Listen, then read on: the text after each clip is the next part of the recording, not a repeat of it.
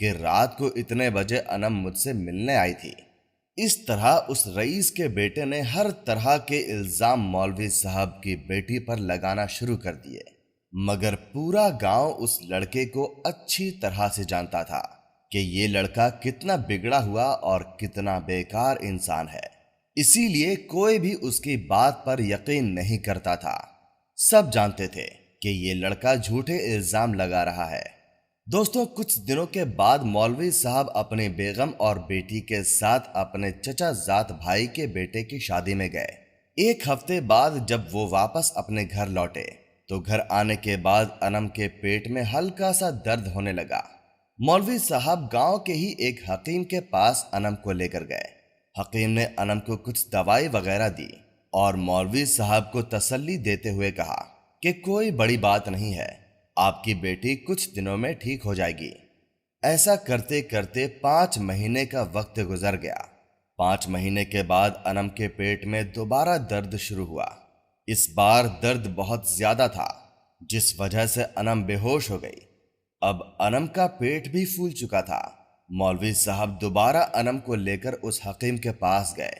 اس بار اس حکیم نے دیکھتے ہی یہ دعویٰ کر دیا کہ انم پیٹ سے ہے، کیونکہ انم کے پیٹ کے اندر حرکت ہو رہی تھی۔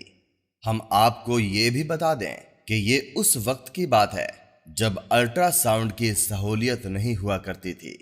دوستوں، جب حکیم کے منہ سے یہ بات سنی تو مولوی صاحب شرم سے پانی پانی ہو گئے اور غصے میں انم کو ساتھ لے کر واپس اپنے گھر آ گئے۔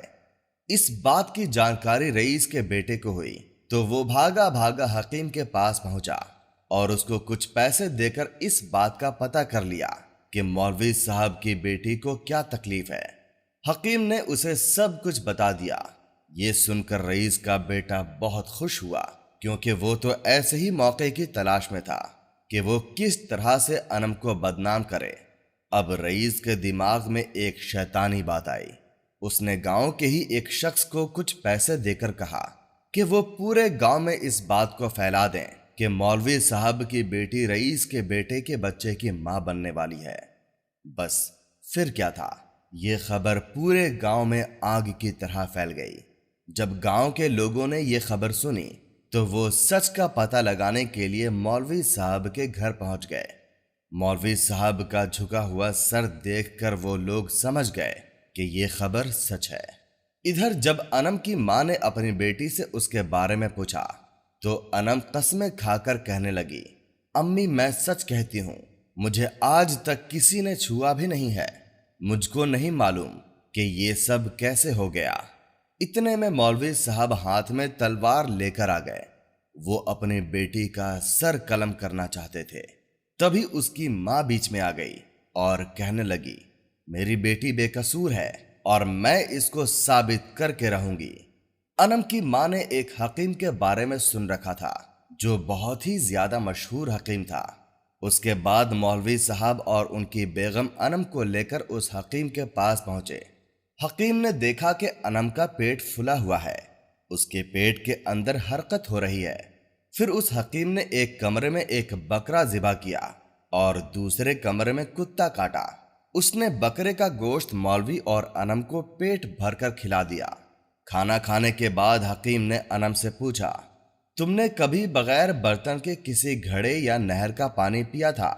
تو یہ سن کر انم نے بتایا، ہاں، جب وہ ایک شادی میں جا رہی تھی تو گرمی بہت زیادہ تھی، اسی لیے مجھے راستے میں بہت زور کی پیاس لگی۔ اس وقت میں نے ایک نہر کے کنارے سے پانی پیا تھا۔ اس کے بعد وہ حکیم انم کو لے کر اس کمرے میں گیا جہاں کتا کاٹا گیا تھا۔ تو انم نے کہا، تم نے یہ کتا کیوں کاٹا ہے؟ اتنا سن کر وہ حکیم کہنے لگا، آپ نے ابھی جو گوشت کھایا ہے وہ اسی کتے کا تھا۔ حکیم نے انہیں بکرے کا ہی گوشت کھلایا تھا، لیکن کتا کا اسی لیے کہا تاکہ انم کو زور کی قے یعنی الٹی آ جائے اور اس کے پیٹ کا سارا کچرا باہر نکل جائے۔ اور پھر وہی ہوا۔ کتے کا سنتے ہی انم کو زور زور کی الٹی ہونے لگی۔ پہلے تو انم کے پیٹ سے بہت سارا گندا پانی باہر نکلا، پھر اچانک ایک بڑا سا مینڈک باہر نکلا۔ یہ دیکھ کر مولوی صاحب بہت حیران ہوئے۔ اور حیرانی سے پوچھنے لگے، حکیم جی یہ سب کیا ہے؟ حکیم نے بتایا، دراصل جب انم نے اس نہر سے پانی پیا تو ایک چھوٹا سا مینڈک جو انڈے کی حالت میں تھا وہ پانی کے ساتھ انم کے پیٹ میں چلا گیا۔ پھر وہ مینڈک انم کے پیٹ میں ہی پرورش پانے لگا۔ اس طرح سے وہ مینڈک بڑھتا بڑھتا پورا مینڈک بن گیا اور انم کا پیٹ پھولنے لگا اور بالکل ایسا ہی لگنے لگا جیسے انم حاملہ ہو۔ اس کے بعد جب گاؤں والوں کو اس حقیقت کا پتہ چلا تو انہوں نے اس رئیس کے بیٹے کو پکڑ لیا اور اس کو بہت مارا پیٹا۔ اس کو پکڑ کر مولوی صاحب کے گھر لے آئے۔ گاؤں والے مولوی صاحب اور ان کے پریوار سے معافی مانگنے لگے اور کہنے لگے، آپ کے پریوار کا گنہگار ہم نہیں، یہ لڑکا ہے۔ دوستوں، اس میں کوئی شک نہیں ہے کہ عزت اور ذلت دینے والی ذات اللہ کی ذات ہے۔ اگر اللہ کسی کو عزت دینا چاہے اور اگر اللہ کسی کو رسوا کرنا چاہے تو پھر کوئی بھی اس کو عزت نہیں دے سکتا۔ تو دوستوں، آج کی ویڈیو میں بس اتنا ہی۔ امید کرتا ہوں آپ کو ہماری ویڈیو اچھی لگی ہوگی۔ اگر آپ کو ہماری ویڈیو اچھی لگتی ہے تو اسے لائک اور ہمارے چینل کو سبسکرائب لازمی کریں۔ پھر ملیں گے کسی نئے واقعے کے ساتھ۔ اللہ حافظ۔